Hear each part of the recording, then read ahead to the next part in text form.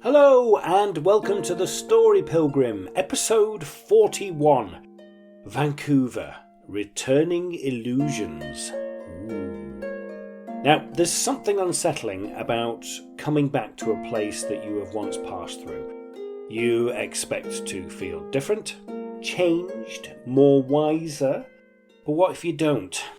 What if, instead of transformation, all you feel is yourself?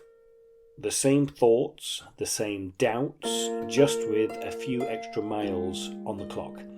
And hopefully maybe a better jacket. Now if you enjoy this episode, do me a favour. Please help spread the word, share it with a friend, tag someone. How about scribbling, listen to the Story Pilgrim on a post-it note and leave it somewhere mysterious. Ooh. This podcast is very much like life. It is an unscripted journey, but it is always better with company. Now, Vancouver was once a stop on my way to something bigger. Or, well, so I thought. Now, 25 years later, I'm back, walking through its streets, feeling that strange pull of familiarity and change, all at the same time. Life moves forward, but sometimes it does loop back, like a trick of perspective, making you wonder, have I changed, or am I just walking in circles? Alright, I've got my cup of tea. Have you got yours? It's time to go for a walk. Let's talk about time, change, and the illusions we tell ourselves along the way. Hello and welcome to Vancouver, Canada. I am going for a walk and I've got this new gizmo and I have no idea how to use it. So this is going to be a day of discovery on how to use a new piece of equipment, but also a day of reflection. Whoops! Where's it going? Why is it doing that? Oh, I don't know. You're going to see a lot of pavement, I think, today. Yeah. Vancouver is, well, we'll talk about what it is to me a little bit later. But the third largest city in Canada. It was originally called Granville, a small, I can't speak, as usual, a small sawmilling town in the 1870s, but was then named after an English naval officer, George Vancouver, who sailed up and down these coasts in 1792. So you'll also find a Vancouver just outside of Portland, same area. It is. We can thank Vancouver for giving us the California roll with the sushi. It also gave us Botox. So thank you for that, Vancouver. It's very kind of you. Third largest city in Canada. Did I say that already?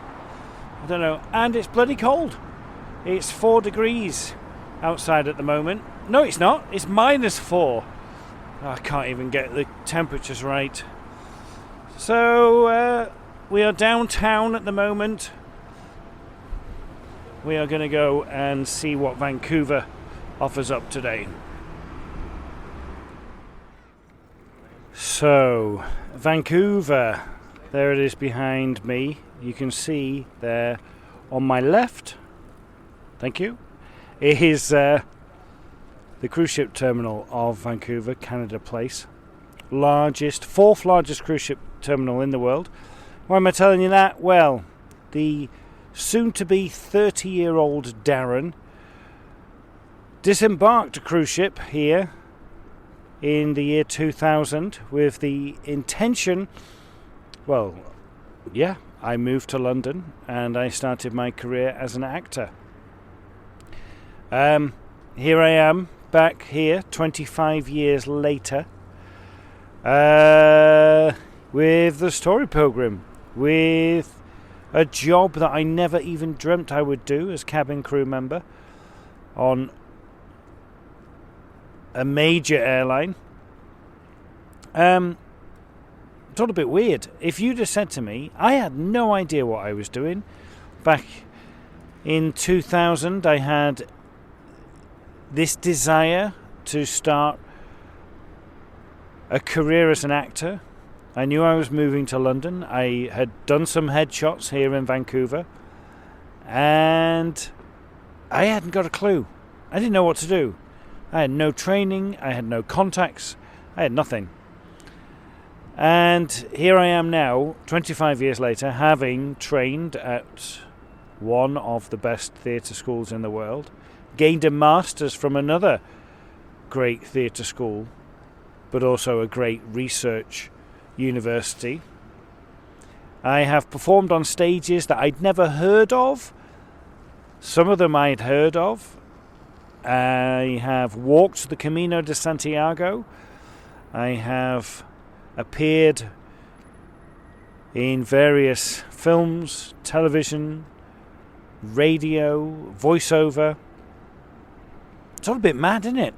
And if you'd have said to me back then, this is what happened, I probably would have gone, okay. I had no idea how I did that. No idea what that plan was. But here I am now in that situation. And I want to talk about self today. The Story Pilgrim is about connection. It's about stories. But it is very much about self. And when I talk about self, I talk about me. It's my journey that I am having. And how I try to figure about that. I talk about overthinking a lot. I do that. But if I think back at the journey that I've taken, it's been one opportunity after an opportunity. It's been one mistake after a mistake. And I have been extremely fortunate, extremely lucky. But also I put myself into those positions. So I want to kind of talk about that today. As I'm returning to a place where a former self of me was completely different, but I'm not. I'm exactly the same person. I'm not a different person at all. And yet I am. So let's have a think about that. Former self. Opportunity after opportunity, mistake after mistake. A lot of water has gone under the bridge in the past 25 years, but how different truly are we? Some things can seem the same, but actually they are a far cry from its bygone identity. So behind me is a lagoon called Lost Lagoon. It was once a saltwater flat, but in front of me is a causeway that they've built and basically drains the saltwater flat, and it's turned into a freshwater pond. So it's quite a big pond. It's all frozen over at the moment, but it just intrigues me how I'm talking about how I am back here after 25 years. And I'm going to call it the illusion of change. Pretty much what you're seeing here behind me would have looked the same, maybe a little bit more grassy and stuff, but it's changed. It is no longer salt water, it is fresh water. But on the surface, it pretty much looks the same. So, again, I'm going to be wondering about, I have changed, but I also look the same. I look at photographs of myself when I was back in those days, the headshots that I took, and there's a much younger me looking at me off those pages, but essentially the foundation is exactly the same. I have walked out to Stanley Park. I'm walking around a part of the city that has pretty much stayed the same over the years. The park is there, and it also has changed. I'm talking about the illusionment of change, and there's a couple of things that come up with me: that comfort and sadness. Comfort in that I know I am still the same, and a little bit of sadness in that I start to think, well, could I have changed more? What other things could I have done to make me a little bit more different? There's certain parts of me I like, there's certain parts of me that I don't like. And when I mean that, could talk about physical, I'm talking more about the mental side of things. Having a lovely walk around Stanley Park and Vancouver. I've just seen a couple of seals pop their heads up. Wasn't able to get it on video, stopped for a bit, but you just basically see a tiny little black dot. Oh, there he is. Can you see? You probably can't see, but he's right there. It's a little black dot. You won't see because I can't zoom in, but yeah, there's a little seal there. Pop down there. I don't know if I can do anything in the editing of that, but yeah, that was lovely, wasn't it? So yeah, thinking about the illusion of change and everything, and also the hopes, the desires that may have changed, but pretty much haven't, pretty much stayed the same over the years. I kind of get a little bit frustrated with that in my life.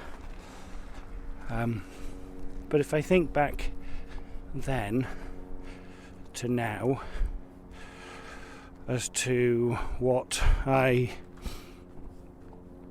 wanted, the reasons why I did that are still pretty much the same. Some things are a little bit more clearer, other things are not so clearer. I think it's probably coming down to that awareness again of where I am right now, both physically, emotionally, mentally, and where I would like to go and what expectations I have from all of that. Thinking about the water there, I talked about just Lost Lagoon and how, the ocean that I'm seeing here, it's the same ocean that I sailed on some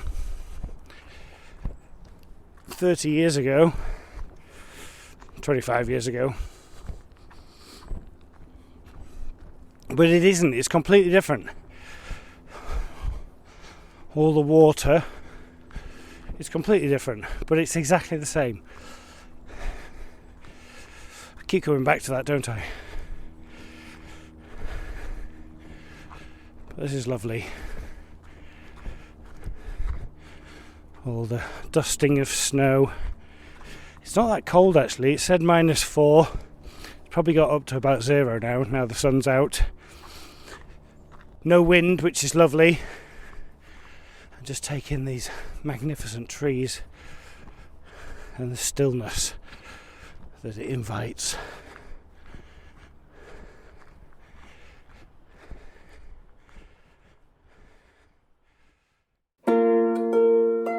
It was a perfect day for a walk. A bright, clear sky. There were not many people around. Stanley Park was gifting me a wonderful moment in time. A time to feel safe, secure, content, and indifferent.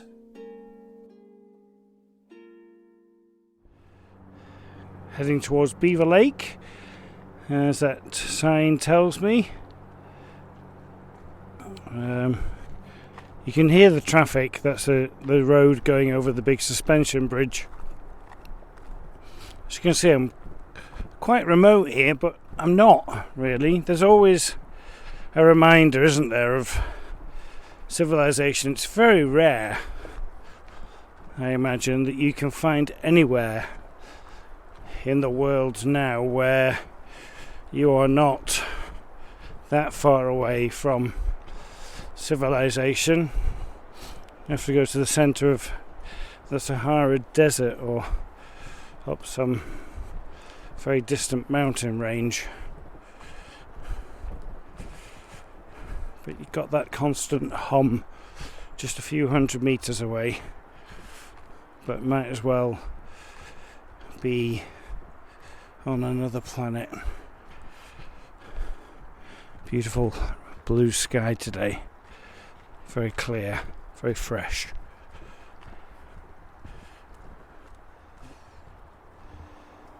It is as if I've stepped into some magical winter wonder scene. Just dustings of snow everywhere with this beautiful little stream running down, these little bridges that I'm crossing. The sunlight is just perfect. Beautiful. When I meet up this evening to fly back, people will ask, "Oh, what did you do?" And probably 75% of the fellow colleagues will say, "Oh, I went to the gym." And I always feel bad because I'm like, "Oh, I didn't go to the gym." But then I just realised, this is my gym. It's much nicer. Because a lot of them will like, "Oh yeah, I just worked out, and then I went and had a coffee, and then I had room service, and then I watched Netflix, and then ready for coming home." Now, it is a difficult one because, I am working out here, working back, so I'm going to be working through the night tonight. It's going to be a long trip. We're 8 hours behind the UK, so technically my flight is taking off at something like 3:30 in the morning back in the UK, and then we'll be touching down somewhere around about 1 o'clock-ish, 1:30, 2 o'clock-ish, somewhere around about there. So I basically work through the night and then have to get used to the there he is. Oh,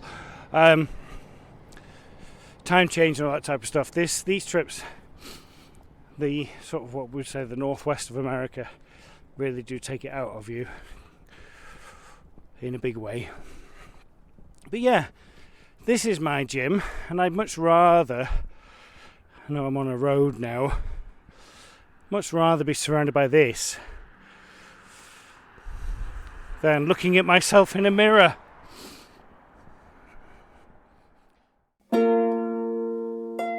It was only in that moment that I realised the great outdoors is my gym. Some things do take me a while just to get there in the end. But is that getting there? Do I need a destination? Is it a forever journey? I mean, it is, isn't it, life? I refer at the beginning to circles. Have I come full circle, or am I just making too much of this?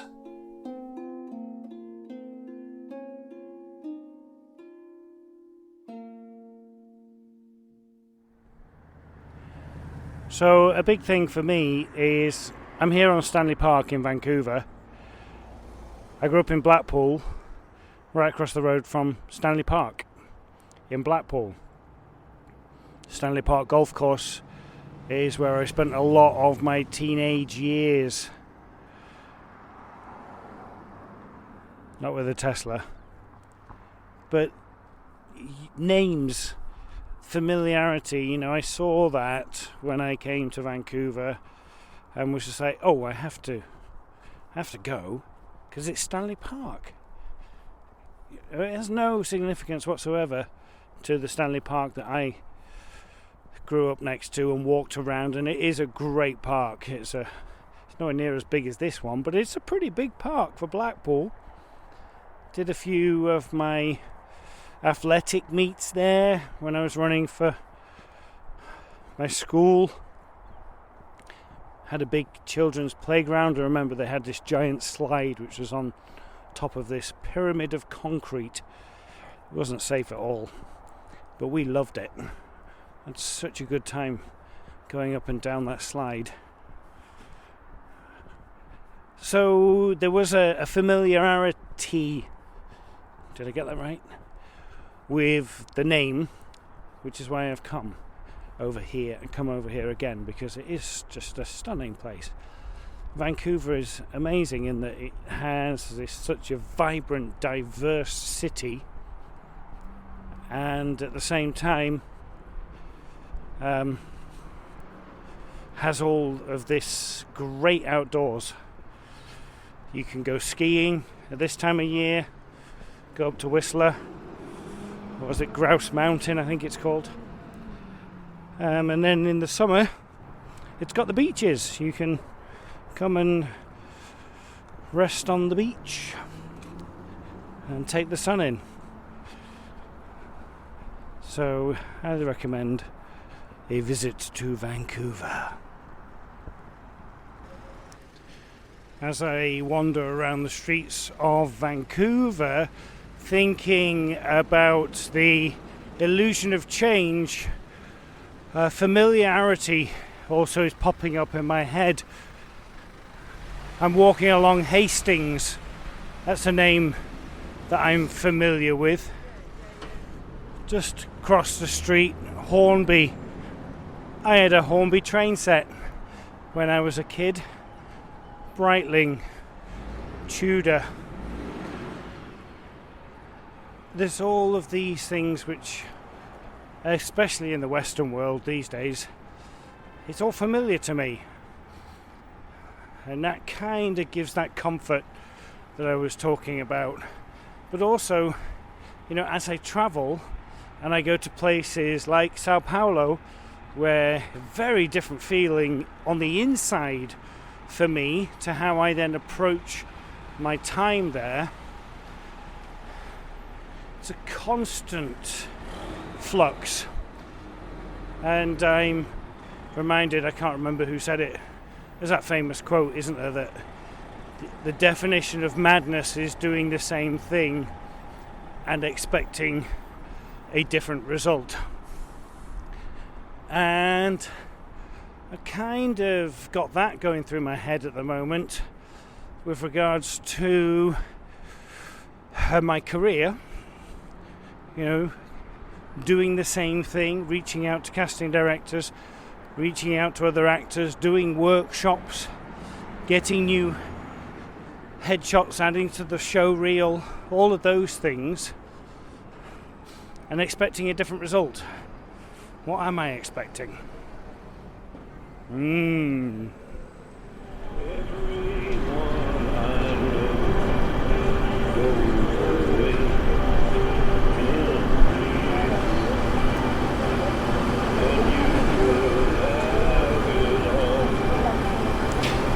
Quite a poignant song that this gentleman is playing as he is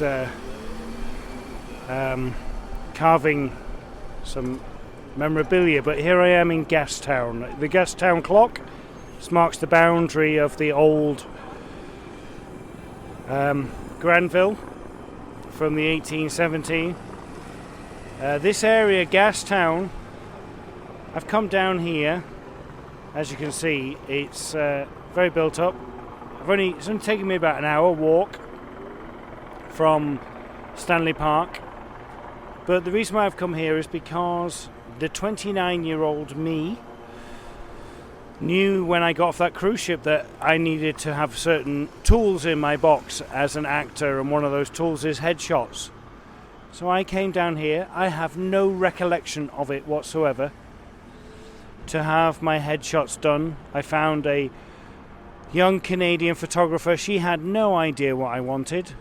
I just said I wanted these actor headshots. She didn't have a clue what the style was. I'm in Canada. I'm moving to London. I had no idea whatsoever. I don't think I've got those headshots anymore. I've had many headshots taken over the years. It's an interesting part of the job, but the 29-year-old me knew I needed them, so I came down to this area. They were all taken outside. They weren't studio. I remember sitting on like a wrought iron staircase, taking pictures there. I have no idea where that is. But I went, and they were all done in landscape. They weren't portrait. And I remember taking those headshots back with me and going into auditions with them and showing them.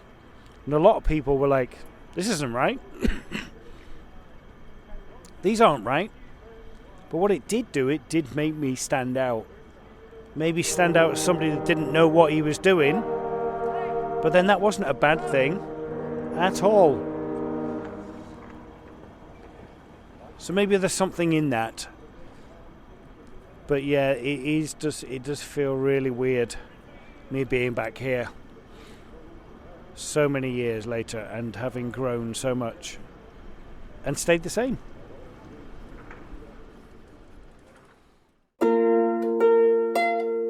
So many more headshots have been taken since those first in Vancouver. I've looked high and low, but at this moment I can't find those first headshots. It'd be wonderful if I could dig them out. Maybe one day. I was still out and about and came across some really cool street art.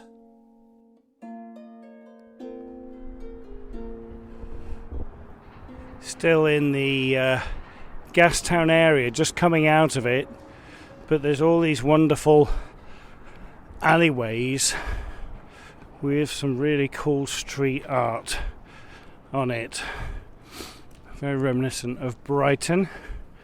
I love it when a town, city encourages that. You see, look, it's even on the waste bins. It fits in.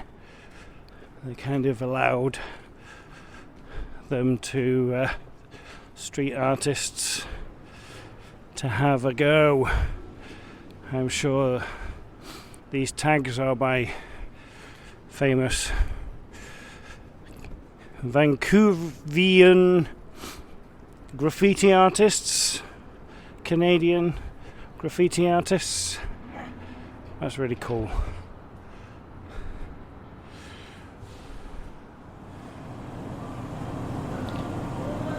I have had a lovely walk around Vancouver, and I thought I'd give myself a treat. Key lime cheesecake and coffee, and this place called Tree. Interesting thing is the password for the Wi-Fi here is remember your roots, which is very apt for today, isn't it? But in the meantime, I'm going to enjoy this cheesecake.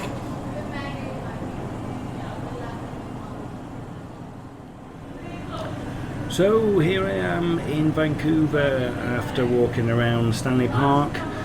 Talked about Lost Lagoon and retraced 25 years, places that somehow they both feel familiar and distant to me. I stood in Gastown where I had my first ever headshots taken. I had no idea what I was doing then, just a vague hope that I could make something happen. And now, well, I still don't always know what I'm doing. I'm still chasing stories, still walking, still trying to make sense of this thing called life. There is something funny about returning to a place that once felt like a crossroads, because the truth is we never really leave anywhere behind. We carry it with us, the echoes of who we were, the decisions we've made, the person we thought we'd become, and then sometimes we find ourselves back where we started, realizing that despite everything, we're still us. Just more miles, more stories, and Maybe on a good day, a little bit more understanding of what it all means.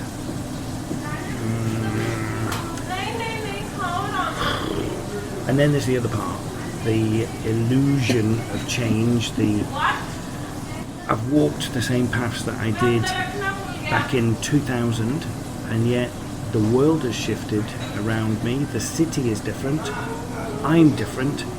Even the technology is different that's in my pocket. I tried to film some of this to capture it on my new gizmo, and that drained my phone battery so fast that I had to stop using it. And I think there's something poetic in that, isn't there? You can try and hold on to things, but things will slip away. But that just makes room for the next story. Maybe that is what I needed to be reminded of today, that it's okay to return to places, it's okay to feel like you haven't changed as much as you expected to, and it's okay to let go of trying to capture every single thing. Because sometimes it's just not meant to be recorded. Some things are just meant to be lived. I left Vancouver in 2000, a 29-year-old me, thinking life was about to begin. Maybe it already had. Maybe it still is.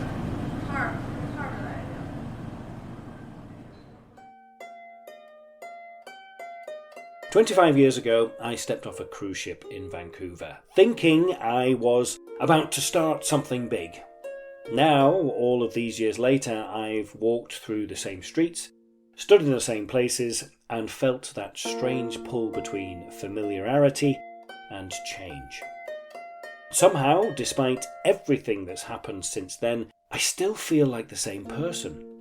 Maybe that's the trick that time plays on us. We expect to be different, to see change reflected back at us like a before and after photograph, but instead we find ourselves carrying the same thoughts, the same questions, just wrapped in more years, more experiences, and maybe a slightly better sense of direction.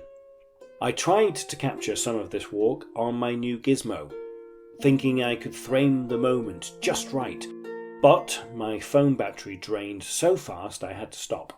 And maybe that's the point. We spend so much time just basically trying to hold on to moments, to document them, to prove to ourselves that we are here.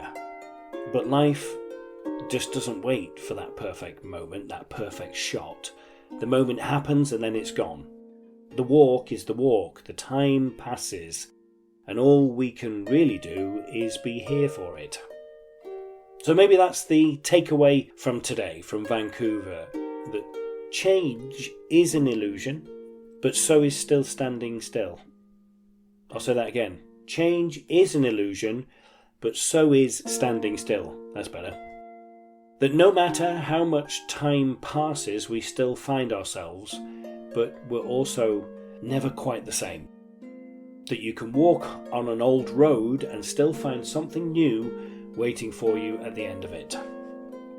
I left Vancouver in 2000 thinking my life was just about to begin, but maybe it already had, and maybe it still is. The Story Pilgrim was written, walked, talked, directed, produced, edited by me, Darren Hill. Anya Backer gave us the amazing original music on Sean the Harp. To find out more about me, about Anya, go to our website, www.thestorypilgrim.com. For you that are watching on YouTube, hit that subscribe button now. Do it. It's right there. Do it. Great. Thanks very much. I mean, you're probably not here because we're probably 40 minutes into the podcast and you switched off loads of times ago. But if you are here, that would be wonderful. If you're listening on the podcast, just click the follow. That would be great. Thank you so much. Until the next time, keep listening and buen camino.